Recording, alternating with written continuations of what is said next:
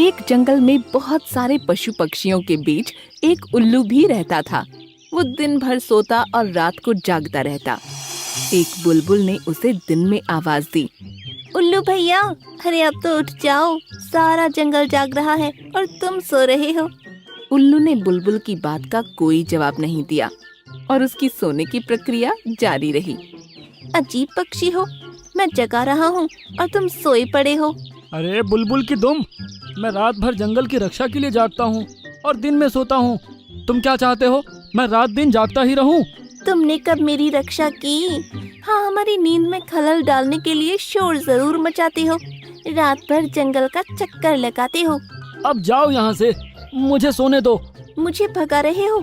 समझ लो सुनहरा मौका गवा रहे हो। सुनहरा मौका? अरे खुलकर बताओ। अरे मैं तो तुम्हें टेकरी वाले शुतुरमुर्ग की तरफ से निमंत्रण देने के लिए बुलाने आया था।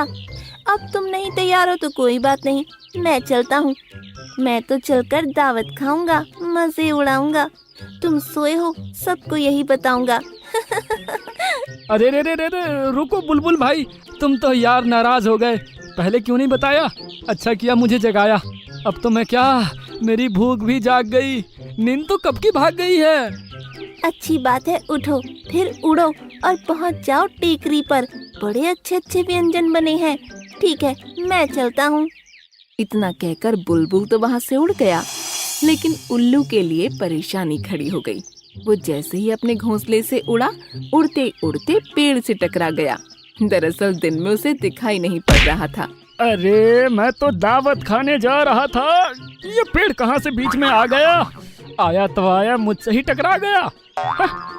उल्लू वहाँ से उठा और फिर उड़कर चला। उड़ते उड़ते टेकरी तो नहीं मिली, वो बड़े पहाड़ से टकरा गया। अरे ये पहाड़ इतना बड़ा हो गया, लेकिन अक्ल एक पैसे की नहीं। इतने नेक काम करने के लिए जा रहा हूँ और ये मुझसे ही टकरा गया। अरे कोई इसे समझाए, मेरे रास्ते से हटाए। अरे उल्लू के तुम, ये भी नहीं समझे तुम? रास्ते में पहाड़ नहीं, तुम आ गए। वो तो अपनी जगह पर खड़ा है, तुम ही अक्ल के दुश्मन हो। अरे भैया, 2 बार टक्कर खा चुका हूँ। ये दावत तो बड़ी महंगी दिख रही है। टेकरी का रास्ता किधर है बता दो, हो सके तो वहाँ तक पहुँचा दो। देखो भैया, तुम इस दिशा में कहाँ जाओगे? आगे जाकर क्या नदी में गोते खाओगे? मैं तो दावत खाकर आ रहा हूँ, अपने घर जा रहा हूँ।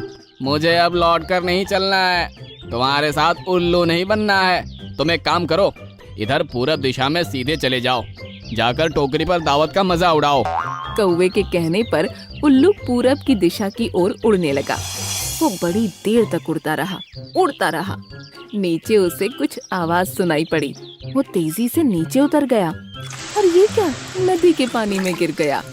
एक कछुआ निकलकर बाहर आया और उल्लू की हालत देखकर फरमाया, उल्लू भाई, ये क्या गजब ढा रहे हो? पक्षी होकर नदी में गोता लगा रहे हो? भैया मैं तो इसे टेकरी समझकर दावत खाने नीचे आया था।